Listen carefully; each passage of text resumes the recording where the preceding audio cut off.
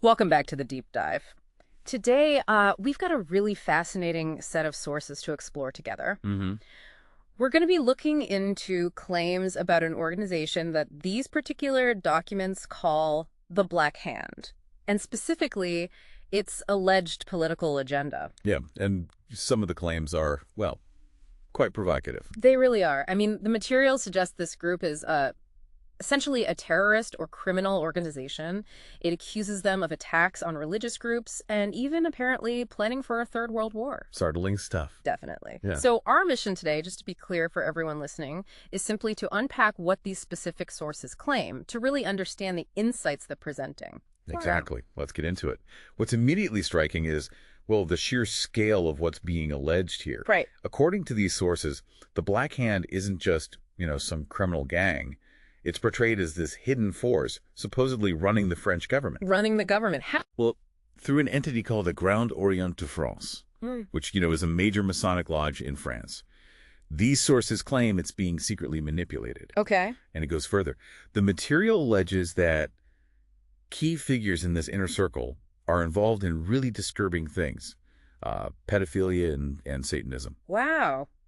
That's quite an accusation. And the sources also connect them to history, don't they? They do. They trace it back, claiming the Black Hand was the force behind the de-Christianization of France. After the 1789 revolution. Exactly. That whole shift to a, quote, secular state. The sources are saying this group engineered that separation of church and state as part of its agenda. Which is a massive historical claim. It absolutely is. Right. And maybe this is a good point to just reiterate, really important for you listening. We're focusing only on what these specific source materials are telling us. Right. Our job isn't to say if these claims are true or false. It's about understanding the perspective presented in these documents. Okay, so sticking with that perspective, why would this alleged group oppose something like Christianity? What's the motive given in the sources? Well, the sources argue that Christianity and other similar moral systems tend to produce individuals who resist the kind of rampant criminality the organization supposedly promotes. So morality gets in the way of their business. That's the claim. They allegedly control organized crime, profit hugely from it, and see strong moral codes as a direct threat to that control. Makes a kind of dark sense from their alleged perspective. And the sources say it's not just Christianity. They claim the opposition extends to Islam too, suggesting they're behind media attempts to mock both Jesus and Muhammad, like through caricatures. Okay, so a broad opposition to established moral frameworks. What about political movements? Do the sources say they oppose certain political ideologies too? Oh, absolutely. The picture painted is of an organization actively fighting any movement that could potentially challenge its control. Like what, specifically? Anything that might seriously fight crime or compete for societal influence or, try to overthrow what the sources call criminal rule. They want to maintain their dominance. Okay.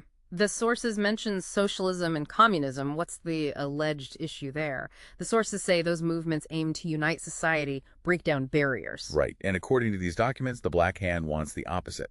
Their strategy is allegedly divide and rule. So they supposedly create barriers, foster hostility, to prevent any kind of united front that could oppose them. They see unification, like that potentially offered by socialism or communism in these sources' view, as a direct threat. Interesting. And what about things like patriotism or nationalism, movements focused on identity and self-rule? Also seen as a threat, according to the material, because those movements could lead people to throw off what's termed the imperial yoke of criminal interests, basically taking back control. So how do they allegedly counter that?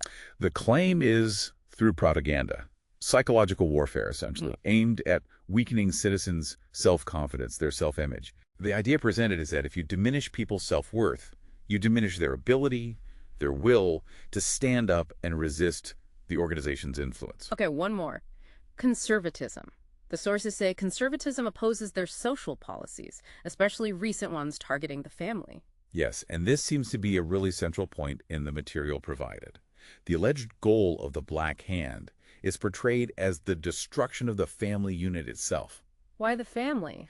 Because the sources describe the family as the fundamental building block of society.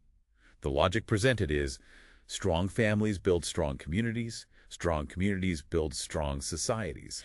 And a strong society would eventually have the power to defeat the Black Hand. Exactly. So Undermine the family, you undermine the entire structure that could resist you. It's presented as a strategy of dismantling society from its very foundation.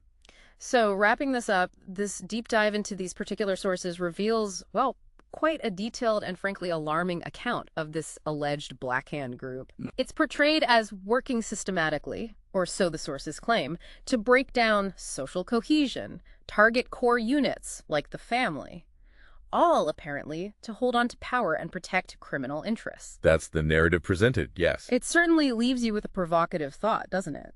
Thinking about the claims made in these sources, how might considering such a perspective, even just hypothetically, make you look differently at the forces that could be shaping our societies and public conversations? It's definitely something to think about. Indeed. Something to mull over. We'll leave you with that thought for now.